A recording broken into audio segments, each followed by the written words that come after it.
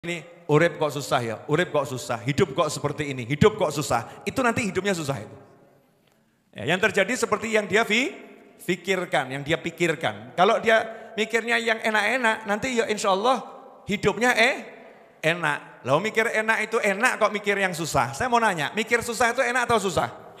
Susah. Ngelamun enak atau enggak enak? Enak. Jadi pilih mana? Mikir enak atau mikir enggak enak? Mikir enak. Tapi faktanya banyak orang mikir yang enggak enak. Kalau kita mikir yang enak-enak itu sudah enak dan nanti akan dapat yang enak. Jazakillah khairan ponakan tercinta. Ini lagi hamil, doakan ya. Mudah-mudahan selamat kandungannya dan yang mengandung. Ya, dan suaminya, keluarganya semua selamat lahir jadi anak yang soleh yang bisa bahagiakan orang tuanya dunia akhir. Amin. Oh, ngono lho enak donga. Ya diamini orang banyak. Doa. Nah kita enggak pernah tahu dari lisan mana. Makanya pikiran kita dijaga, jangan mikir yang jelek-jelek. Mikir yang jelek-jelek kemudian keluar kalimat yang jelek, diamini malah ekat. Pas malaikatnya amin, amin kok yang keluar yang jelek. Karena naudzubillah min dzalik. Kadang-kadang ibu-ibu kan mikir, ini kudung ini bagus, nanti kalau rusak gimana ya? Krek, soek. Betul kan ya?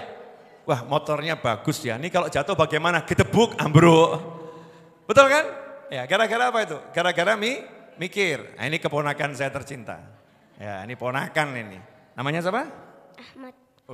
Namanya Ahmad. Ya, ini ponakan tercinta. Pak D-nya kalah gondrongnya. Ya, Pak D-nya kalah gondrongnya.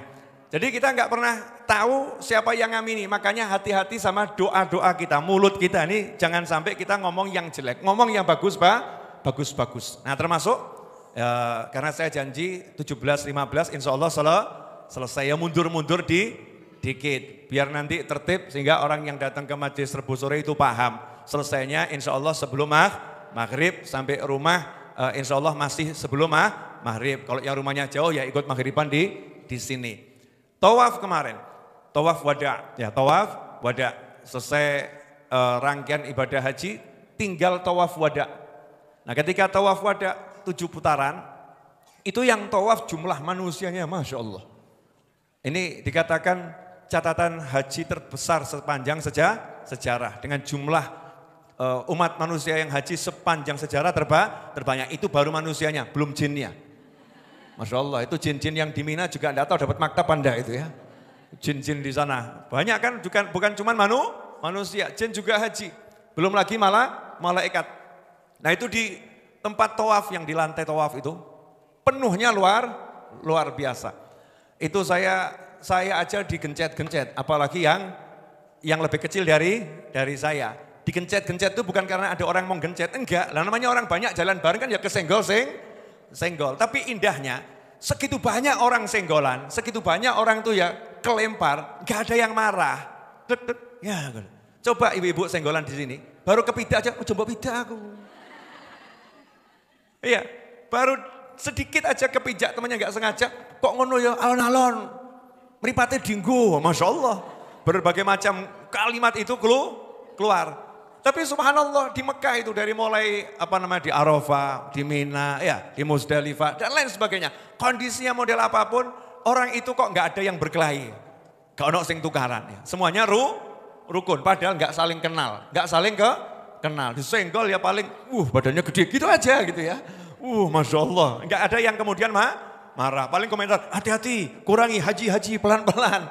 Ojo kemerungsung, ojo kesusu, dikurangi kecepatannya. Nah dalam kondisi yang semacam itu, saya itu kok sama teman-teman saya pengen meletakkan badan ke dinding Ka'bah. Karena udah lama nggak sentuhan sama Ka'bah. Dan Ka'bah itu buka baju setahun sekali. Ya, Ka'bah itu buka baju setahun sekali. Nah kalau haji itu kan dibuka sepertiga dulu ya.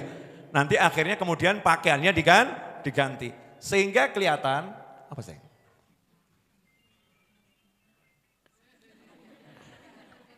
Ya, sehingga kelihatan cantiknya Ka'bah. Ka'bahnya cantiknya luar biasa. Saya pandang Ka'bah kemudian saya ngomong, Ka'bah kamu cantik banget. Masya Allah. Ka'bah itu ya wibawa, Ka'bah itu ya mulia ya. Ka'bah itu indahnya luar biasa. Ada keindahan yang masuk ke dalam hati. Terus saya ya pengen ngelus-ngelus Ka'bah gitu ya. ngelus-ngelus Ka'bah.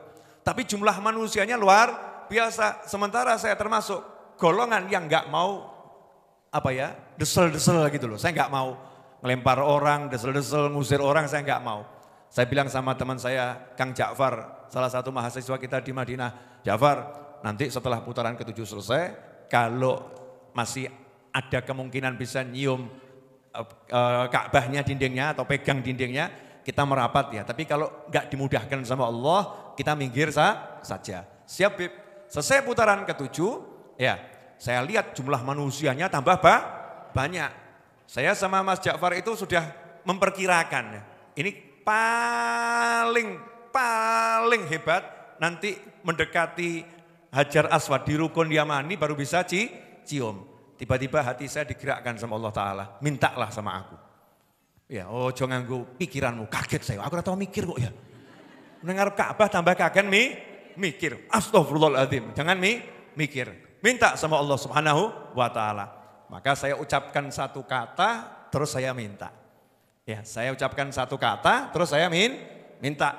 Mintanya bagaimana? Pakai bahasa Indonesia. Ya Allah, tolong izinkan hamba dan kawan-kawan hamba meletakkan badan ini ke dinding Ka'bah.